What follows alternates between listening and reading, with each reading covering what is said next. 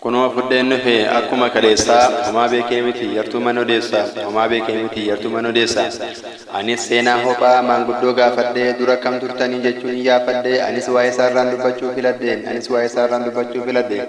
hophaa tan baradhaa hophaa biyya bishaanii hophaa biyya midhaanii biyya itti qotanii gombisaa guutaniin akkam nagaa jirtu ijoolleen biyya isaanii akkam nagaa jirtu ijoolleen biyya isaanii.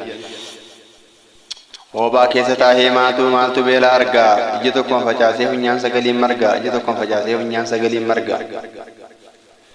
Hophaa warra diriirsanii qotanii boqqolloo warra citaa balleessanii mul'isan qorqorroo biyya hayyummaa guddoo lafa qarreef dargaggoo warra hojiitti bobba'anii balleessanii gadadoo yoo baratan barachuu warra doofummaa balleessu qotanii daldalanii guuboo hiyyummaa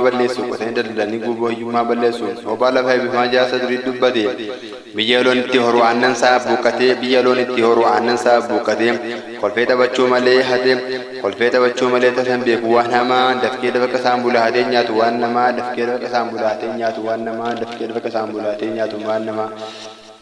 gammachuu yeroo gaddaa walumaan jiraata diina qeessaa dhufes walumaan qolata gajaagaa jirra wal waamee walis yaafata hammatee wal dubbisee nagaa wal gaafata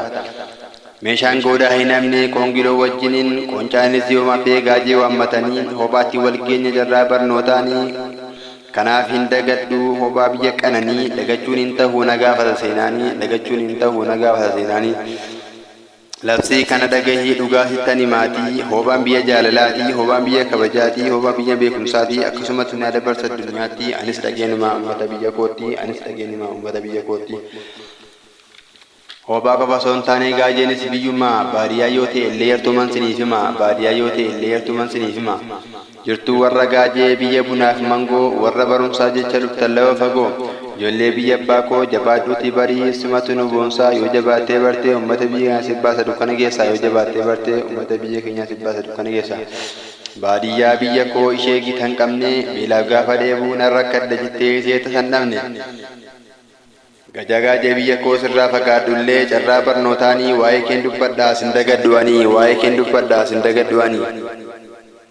qe'ee baabilee mukaaf gaarri gaajee halaalaa mul'ata asteenyi yoo laallee hin mul'atu laata yaa badhaatuumaa biyya koo dureettii bareechisi faayee irraaf jala keetiin anaaf gajagaajee naaf caala jarmaniin gajagaajee biyya sheetaa biyya dammaaf aannaniin jaallatan anni isaa hundusii wajjin galaa yooti mana isaa dhaqxe korma ciisee sii qala kan gajagaajee daawwate sammuu taara galfata wal jaallatan namni isaa lagas walumaan deema loonis walii yaafata qilleensa biyya koo hundaaf ta'a jireenya walii yaafata hunduu waamee fagoo dhiyeenya bunas kan walii dhugaa wal waamee tara kan gajagaajeen daawwanne kottaa ilaalaa daraa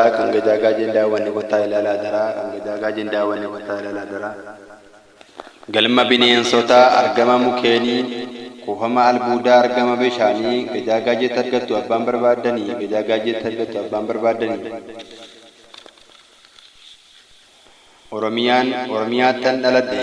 Oromiyaattan dhaladhe wallaggi keessaa tokko qondaalli aanaa kooti gaajee dhaloonni koo anis hasan dooshaati yoo barbaadde maqaan koo Kunoo fuddeen nufe akkuma kaleessaa homaa beekee miti yartuu mana odeessaa anis seenaa hophaa maanguddoo gaafadhee dura kam turtanii jechuun iyyaafadhee anis waa'ee isaarraan dubbachuu filadheen